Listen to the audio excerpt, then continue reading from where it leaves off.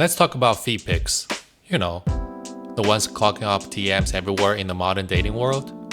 Turns out, Asian Chinese men were way ahead of the curve. Long before OnlyFans monetized toes. They didn't just like feet, they were obsessed. And not with the regular, functional walk-around town feet. Oh no. These guys wanted doll-sized, delicately deformed lotus feet. A term so poetic, it almost distracts you from the fact that they were literally breaking bones to make this happen. Welcome to the world of foot binding, a 1,000-year-long exercise in how far humanity will go for beauty, or in this case, fetishizing tiny mangled appendages. It all started during the Tang Dynasty. Legend has it that a concubine named Yao Niang bound her feet to dance for the emperor on her tippy toes, mimicking the grace of a crescent moon. The emperor was so entrenched that instead of just taping her, he kickstarted a millennium-long craze. By the Song Dynasty, foot binding wasn't just a quirky palace trend. It was the it-girl move.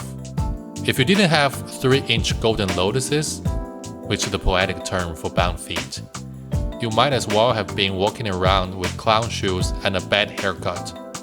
Bound feet were considered the epitome of beauty, status, and virtue.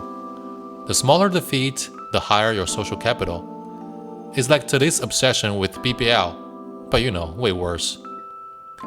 Let me hobble you through the process.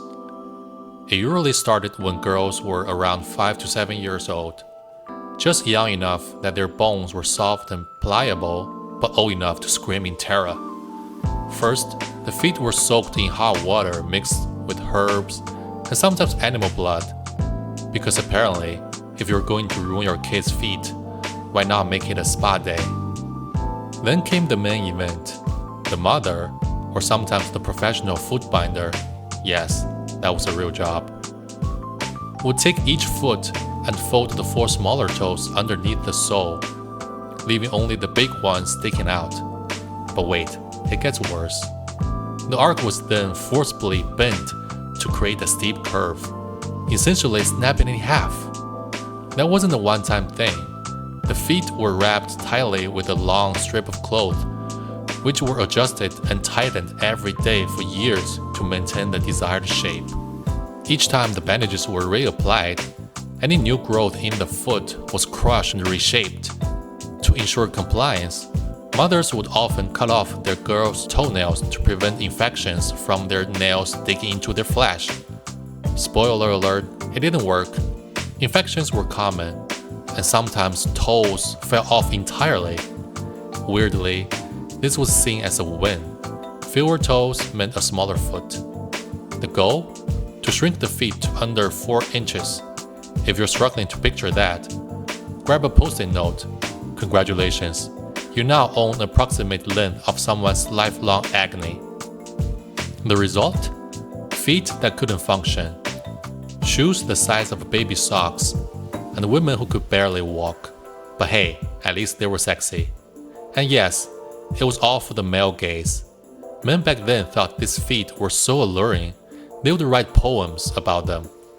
Actual quotes include phrases like, "A small foot smells sweet," and "Lotus steps make my heart dance." Dude, therapy now. Bound feet didn't just change how women walk, they also reshaped Chinese fashion. Long flowing dresses became a norm, partly to accentuate tiny feet and partly to hide the fact that the feet themselves were mangled beyond recognition. And let's not forget about the intricate lotus shoes, embroidered and designed to look cute, because nothing says don't think about the trauma like a pair of satin slippers. Meanwhile, the fetish went wild. Men collected miniature shoes and foot binding cloth as keepsakes, wrote erotic novels about bound feet, and even rated their partners based on the smell of their feet. Apparently, lightly fragrant was the goal. Again, therapy. They even wrote a book about 48 ways to play with feet, including but not limited to sniffing, sucking, licking, biting, and I can't. Foot binding wasn't without its critics. Some Asian scholars tried to call out the practice, but their critics often went like this: binding feet is bad because it makes women less useful in the kitchen. Progressive kings, truly. It wasn't until the 20th century that people finally said, maybe this is insane. Reformers and feminists campaigned to end the practice, and by the 1950s, foot binding was officially banned.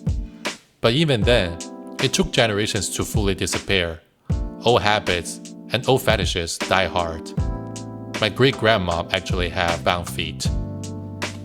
Looking back, it's hard not to have mixed feelings. On one hand, you have to marvel at the commitment to aesthetics. On the other hand, you're screaming, why though? Imagine explaining foot binding to some modern guys who's into feet. Oh, you like my toes? Great. Let me just break them, tie them up for a decade, and ruin my mobility so you can feel some weird cultural superiority. Still interested? Or picture a modern influencer trying to promote it. Hey guys, today I'm unboxing my new silk bandages for some tiny foot goals. Don't forget to like, comment, and subscribe. Foot binding is a prime example of how far societal beauty standards can go, and how absurd they can be in hindsight. It's a story of pain, resilience, and a very niche kink that somehow shaped a millennium of culture. So next time you see someone whining about feet pics online, just remember, it could be worse, a lot worse.